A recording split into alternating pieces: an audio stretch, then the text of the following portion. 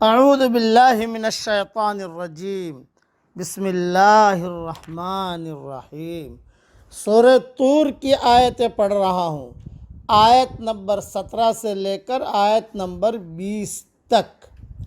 ان المتقین فی جنات و نعیم، بے شک متقی لوگ باغوں اور نعمتوں میں ہوں گے۔ فاکہین بما آتاہم ربہم، وہ خوش دل ہوں گے ان چیزوں سے جو ان کے رب نے انہیں دی ہوں گی۔ ووقاہم ربہم عذاب الجحیم، اور ان کے رب نے ان کو دوزخ کے عذاب سے بچا لیا۔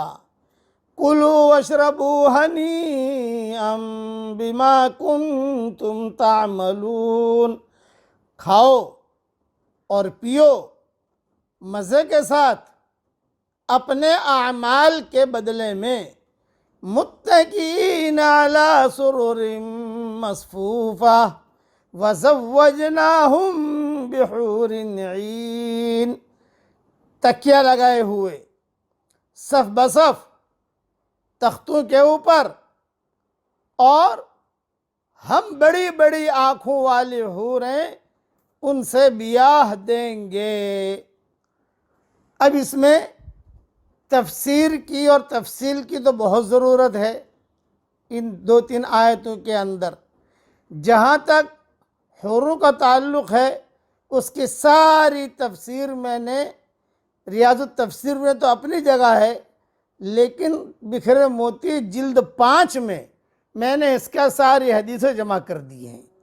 اس میں ضعیف حدیثیں، کمزور حدیثیں بھی وہاں جمع کی ہیں بکھرے موتی میں، البتہ ریاض التفسیر میں صحیح حدیثیں جمع کی ہیں۔ بس میں دعا کرتا ہوں کہ اللہ تعالی ہم سب کو جنت الفردوس عطا فرمائے، آمین کہو اور پڑھو میرے ساتھ۔